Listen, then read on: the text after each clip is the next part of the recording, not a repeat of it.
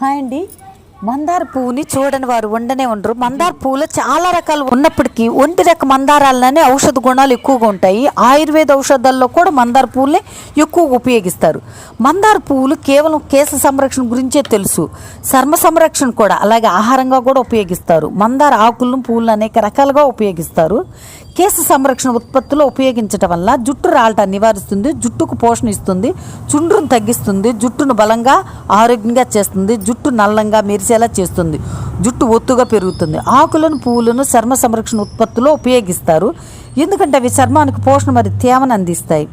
ఆకులను చర్మానికి రాసుకోవటం, మందార పూలను ముఖానికి ప్యాక్లాగా వేసుకుంటే ముఖం అందంగా కాంతివంతంగా కూడా ఉంటుంది.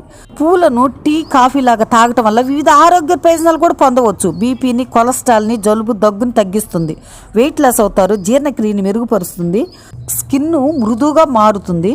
చర్మంపై ప్యాక్ లాగా ఉపయోగిస్తే నల్ల మచ్చలను తగ్గిస్తుంది, చర్మం కాంతిని పెంచుతుంది. రెగ్యులర్ ఋతుచక్రం, యాంటీ వృద్ధాప్యం, ఇలా చెప్పుకుంటూ పోతే ఎన్నో. మీకు ఒక చిన్న ప్రశ్న, మందార పువ్వు ఏ దేశం యొక్క జాతీయ పువ్వు? ఆన్సర్ తెలిసిన వాళ్ళు కామెంట్ చేయండి.